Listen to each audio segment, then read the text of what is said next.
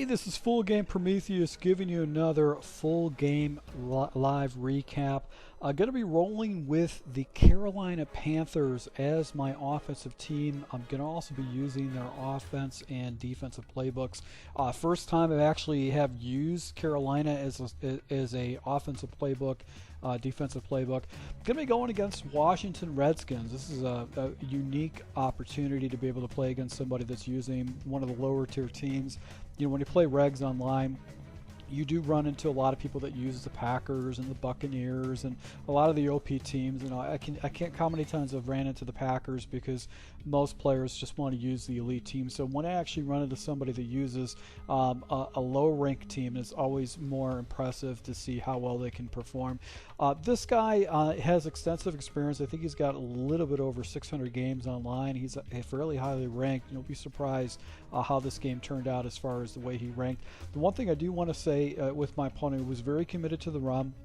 He tried to establish the run based on what he was looking to do. He had some good understanding with his reads, but once he got out of his game plan and he really couldn't do what he wanted to do, really got himself in trouble. Right here, he almost dots me up in the back of the end zone, but he catches the ball out of bounds. It's probably just a Washington Redskins bad play. I'm sure that if he was using a better player out there and just a better team, he probably would have caught that in bounds.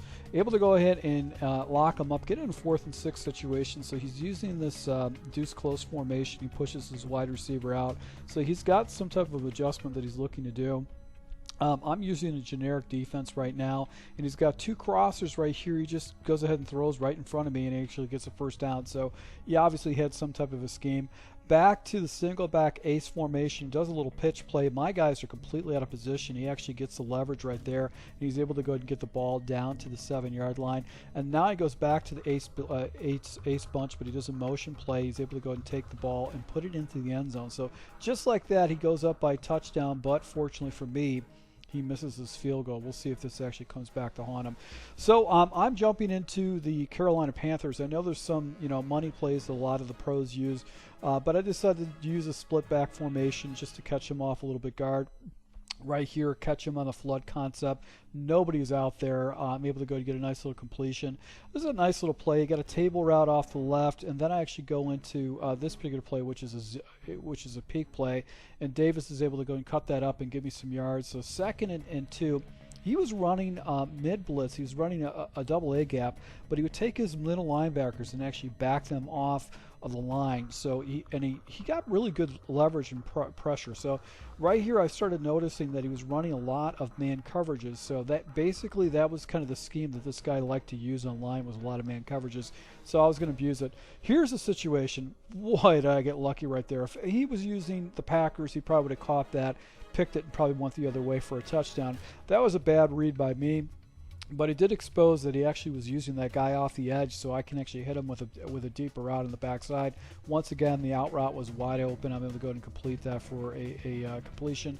Now I go ahead and just do an inside close formation, just an inside run right there off with a stretch off the left, and then I go into this particular play right here. Seam was wide open. No defender was in the area. I'm going to go and get a nice little completion because there was just no guy over that, and get a touchdown, so go up by 1 point. So back on defense right here, I'm using a lot of quarters defense.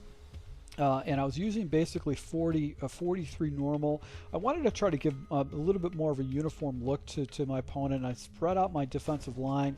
He actually uses some crossers and actually catches the ball right in front of my defender, so no one actually comes down and plays that. He's able to get a nice little completion. So back to the run again. I get a tackle, actually picks up about 7 yards or so. So he's committed to the run. He's not giving up on it. A looky stretch play right here. He's able to go and get a nice completion, gets a nice run down the sideline. So lucky for me, that didn't go house.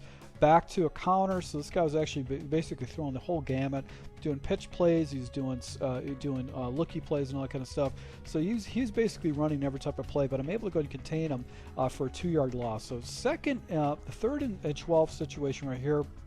Going with the coverages, he's got those guys off to the left, and right here he actually has a crosser. He tries to complete it right over the middle. I'm able to go and pick it off with my linebacker. I'm not going to take this out. I'm just going to go and complete it, sit down, and just take this ball in the second half because I'm getting the ball back. So able to salvage an opportunity not to keep the lead right here. Do a nice little inside fullback dive situation. Then I come back to this corner. You can see his corner on the left side was off coverage, and he was running a lot of man coverage, so I saw the play out. I'm just going to go ahead and just hit the little out and just get an easy completion.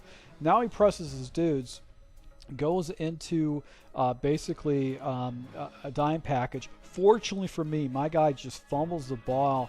I'm able to come down with it in that type of situation. So now I streak up my tight end. I got a whip underneath against man coverage. I've also got the deep post. Whip is wide open, and that's the one good thing about this Panthers team. The wide receivers are just blazing fast. So if they get separation from a bad team, you're usually going to pick up first downs. Now here is a pro play. This is just a mesh concept. Slant underneath. You got a post. He actually follows a deep post. I'm able to hit the slant on the backside. I did not go back to bunch in this. I was just experimenting with some other things. So these are probably something I'm going to start working on for new plays at a Carolina Playbook. Back to the lookie right here. He gets really good block sheds. The one thing I could say about this Washington team is that it really does get, they really get good block shots. Like, they're a very stout defense. They're actually better defense than you would expect. Right here, take a shot up top.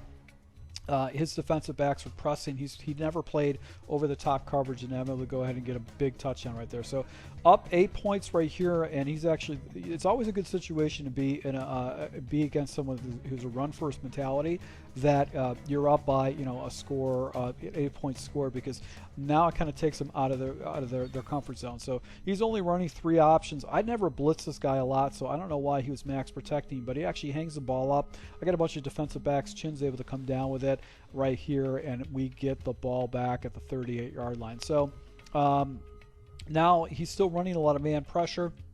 I'm going to go into a trend. Look at this guy, just manhandles my center, knocks over, and just meets McCaffrey in the backfield stuff for a 3-yard loss. So that was a huge play right there.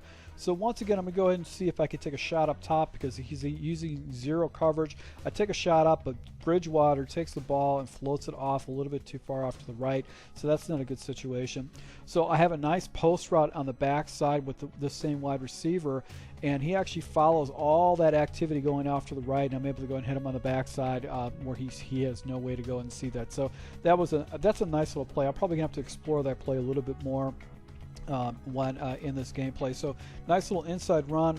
I want to keep chewing the clock down as much as possible in this type of situation. So I've got McCaffrey on an angle route. This is where I'm first looking at, because he's running so much man coverage, and McCaffrey is just such a good running back. He breaks the tackle right there, and he's able to go and get the ball into the end zone. Up 21-6 with 4.5 minutes left in the quarter. So once again, I'm playing against a run first person. He likes to use a lot of these heavy sets.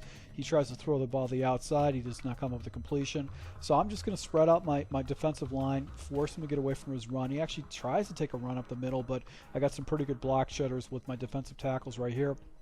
And previously he threw off to the left, so I figured I'd do a little Mabel coverage off to the left and just make sure he trail any kind of crossing routes off the left. And he's just using a simple slants play with a post over the middle. I get a block shot. I freeze him up because he has nowhere to go with it, and as a result, I get him in a 4th and 8 situation.